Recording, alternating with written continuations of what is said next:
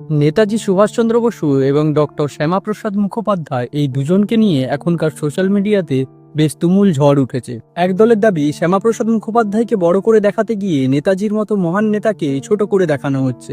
আবার অন্য দলের বক্তব্য ঠিক উল্টো। তারা বলেন শ্যামাপ্রসাদ মুখোপাধ্যায় এতদিন ইতিহাসের বইয়ে সঠিক সম্মান পাননি, এখন তার অবদান নিয়ে আলোচনা হওয়া দরকার। কিন্তু আসল সত্যটা কি? এরা কি সত্যিই চিরশত্রু ছিলেন, নাকি পর্দার আড়ালে ছিল অন্য কোনো এক গল্প? দেখুন, সেই সময়ে তাদের দুজনের চিন্তাভাবনা ছিল পুরোপুরি আলাদা। নেতাজি চাইতেন সব ধর্মের মানুষ একসাথে একজোট হয়ে স্বাধীনতার জন্য লড়াই করুক, তাই তার আজাদ হিন্দ ফৌজে ধর্মের কোনো ভেদাভেদ ছিল না।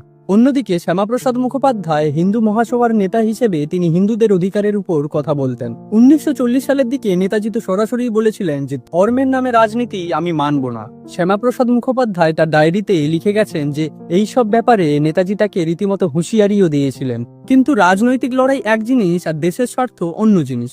স্বাধীনতার ঠিক আগে যখন ব্রিটিশরা আজাদ হিন্দ ফৌজের সৈন্যদেরকে বন্দি করে লালকেল্লায় বিচার শুরু করলো, তখন শ্যামাপ্রসাদ মুখোপাধ্যায় কিন্তু আর বিরোধিতা করেননি। তিনি জানতেন দেশের জন্য নেতাজির অবদান কতটা গুরুত্বপূর্ণ। তাই দলের পরোয়া না করে নেতাজির সেনাদেরকে বাঁচাতে তিনি সেদিন রাস্তায় নেমেছিলেন।